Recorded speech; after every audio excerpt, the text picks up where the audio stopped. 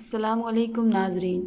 आज हम आपको घोड़े और एक औरत का ऐसा वाक़या सुनाएंगे जो इस दुनिया में पेश आया, जिसको देखकर आप हैरान रह जाएंगे।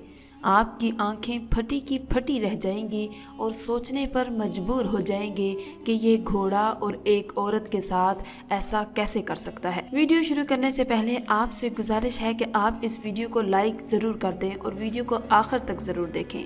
चलिए शुरू करते हैं आज की वीडियो। नाज़रीन, घोड़ा एक बहुत ही वफादार और साथ निभाने वाले जानवरों में से एक है। घोड़ा अपनी ख़ास आदतों की वजह से ही सबको अच्छा लगता है। ये इंसानों से सबसे ज़्यादा घुल मिल कर रहने वाला जानवर है, क्योंकि इस जानवर में शराफत और बुलंद हिम्मत मौजूद होती है। मगर कुछ लोगों का कहना है कि इस जानवर में घमंड भी पाया जाता है। इसी वजह से घोड़ा अपने आप में ज़्यादा मस्त रहता है। लेकिन किसी औरत का हर वक्त घोड़े के साथ रहना और उसके साथ में खेलना कूदना कितना ज़्यादा नुकसानदेह साबित हो सकता है, वीडियो के आखिर में इसके बारे में जानकर आप भी हैरान रह जाएंगे। आपके पैरों तले से ज़मीन खिसक जाएगी, क्योंकि इस घोड़े की कीमत राजा भी नहीं लगा सका और वो औरत किसी भी कीमत पर घोड़ा बेचने को तैयार न थी।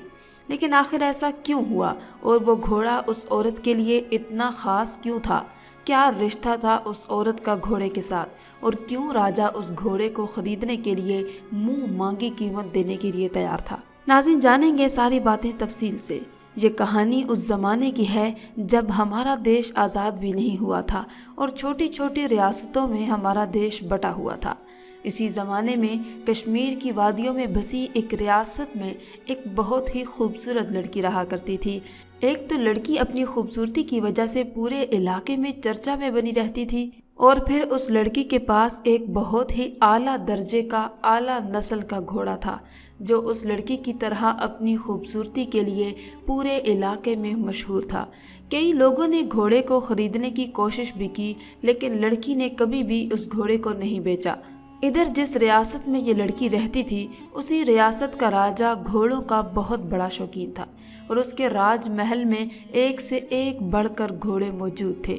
ये राजा अक्सर अपने पसंदीदा घोड़ों पर सवार होकर सैर करने के लिए जाया करता था। साथ ही उस राजा को शिकार का भी बहुत शौक था। इस काम के लिए वो अपने खैमे में मौजूद सबसे खूबसूरत और मजबूत घोड़े को लेकर जाता था।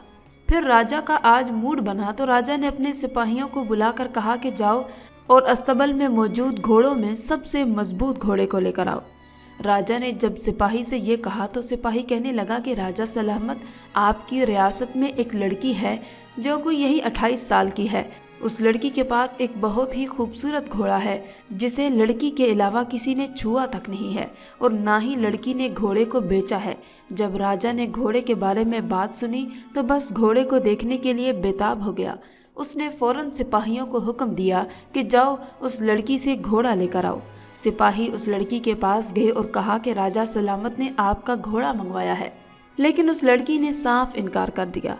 और जब ये खबर राजा के पास पहुंची तो राजा को बेहद गुस्सा आया कि हमें मना करने वाला आखिर कौन है।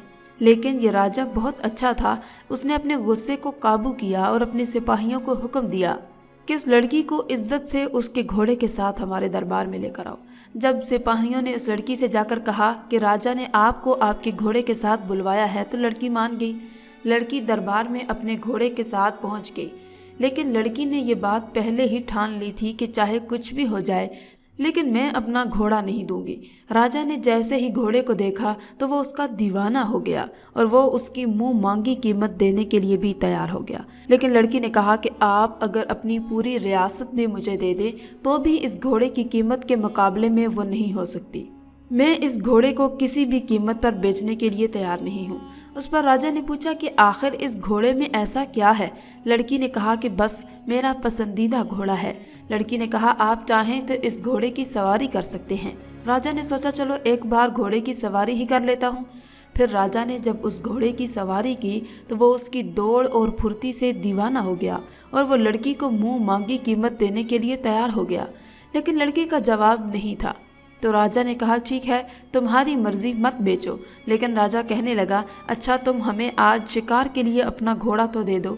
लड़की सोच में पड़ गई। फिर उसने सोचा चलो मैं घोड़ा दे देती हूँ, लेकिन लड़की ने कहा कि मेरी एक शर्त है।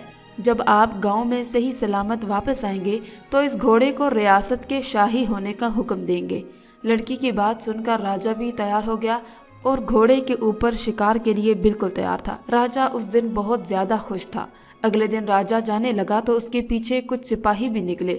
جب راجا شکار کی جگہ پہنچا تو اس نے گھوڑے کو روکنے کی کوشش کی، لیکن پوری کوشش کے باوجود گھوڑا نہیں رکا اور گھوڑا ہوا سے باتیں کرتا ہوا اپنی پوری رفتار سے آگے بڑھتا جا رہا تھا۔ راجا کے پیچھے چل رہے سپاہی گھبرا گئے اور سوچ میں پڑ گئے کہ آج سے پہلے تو راجا سلامت اس سے آگے تو کبھی نہیں گئے تھے، آخر اب یہ اس علاقے میں کہاں جا رہے ہیں۔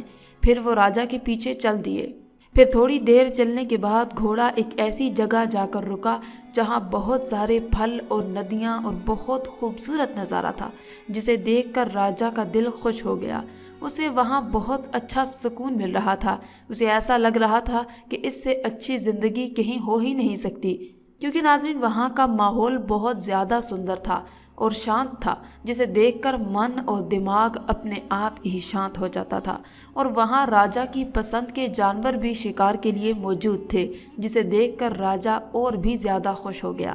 اور راجا نے سوچا یہ گھوڑا تو بہت ہی سمجھدار ہے، میں نے آج سے پہلے اس سے زیادہ خوبصورت جگہ نہیں دیکھی ہے۔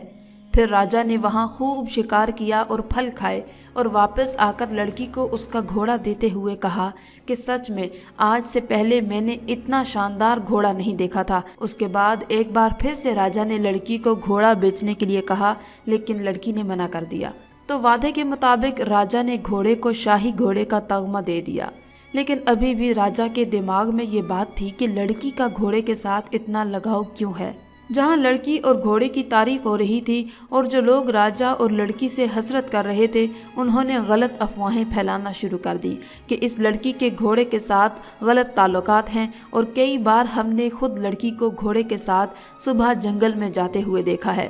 جب یہ بات راجا کے کانوں تک پہنچی تو راجا کے کچھ جاسوسوں کو لڑکی کے پیچھے لگا دیا گیا۔ پھر جاسوسوں نے واقعی لڑکی کو صبح گھوڑے پر سوار ہو کر جاتے ہوئے دیکھا، تو ان لوگوں نے کہا کہ جی ہاں راجا سلامت روز صبح گھوڑے کے ساتھ جنگل میں جاتی ہے وہ لڑکی، اور سپاہیوں نے بتایا کہ جب وہ آتی ہے تو اس کے پاس کچھ پھل یا پھر شکار کیا ہوا جانور ہوتا ہے۔ یہ سب سن کر راجا سمجھ نہیں پا رہا تھا کہ آخر کار اصل معاملہ کیا ہے۔ تو پھر راجا نے اس لڑکی سے پوچھا کہ تم جنگل کیوں جاتی ہو؟ تو لڑکی نے راز سے پردہ اٹھاتے ہوئے بتایا کہ دراصل میں اسی جنگل میں پیدا ہوئی تھی اور میرے ماں باپ بچپن میں ہی گزر گئے تھے، اور اس کے بعد میں انہی جانوروں کے بیچ پلی بڑی ہوں۔ ایسے میں مجھے جانوروں سے بہت پیار تھا اور میں ہر جانور کا خیال رکھتی تھی۔ اسی دوران جنگل سے گزرتے ہوئے ایک بزرگ مجھے یہ گھوڑا دے کر چلے گئے اور انہوں نے مجھ سے کہا اس گھوڑے کا خیال رکھنا، یہ تمہارا خیال رکھے گا۔ اس کے بعد لڑکی نے بتایا کہ میں اس گھوڑے سے اتنا پیار کرتی تھی، اس کا اتنا زیادہ خیال رکھتی تھی جتنا باقی جانوروں سے نہیں کرتی تھی۔ جیسے جیسے گھوڑا بڑا ہوتا چلا گیا یہ میرا خیال رکھنے لگا اور ہمیشہ کی طرح یہ مجھے ایک ایسی جگہ لے کر جانے لگا جہاں سے میں کبھی گزری ہی نہیں تھی۔ میں نے کبھی وہ جگہ پہلے نہیں دیکھی تھی، اور وہیں سے میں پھلوں کی ٹوکری یا شکار کیا ہوا جانور لے کر آتی ہوں اور پھر ان کو بیچ کر میں گزارا کرتی ہوں۔ پھر اس کے بعد سب لوگوں کو سمجھ میں آ گیا کہ آخر کار لڑکی اور گھوڑے کے بیچ میں کیا رشتہ ہے، اور یہ رشتہ وفا اور محبت کا ہے۔ اس کہانی سے یہ بات سمجھ میں آتی ہے کہ آپ چاہے بھلے ہی انسان سے محبت کریں تو اس سے دھوکہ ملنے کی گنجائش تو ہو سکتی ہے، لیکن جب آپ ایک جانور سے محبت کریں گے تو آپ کو کبھی بھی دھوکہ نہیں ملے گا۔ ناظرین، آپ کو ہماری یہ ویڈیو کیسی لگی کمنٹ باکس میں ضرور بتائیے گا۔ آج کی اس ویڈیو میں تھا بس اتنا ہی۔ مزید ویڈیوز حاصل کرنے کے لیے اللہ کی شان چینل کو سبسکرائب کر دیں اور ساتھ میں موجود بیل کے آئیکن کو دبا کر آل پر کلک کر دیں۔ شکریہ۔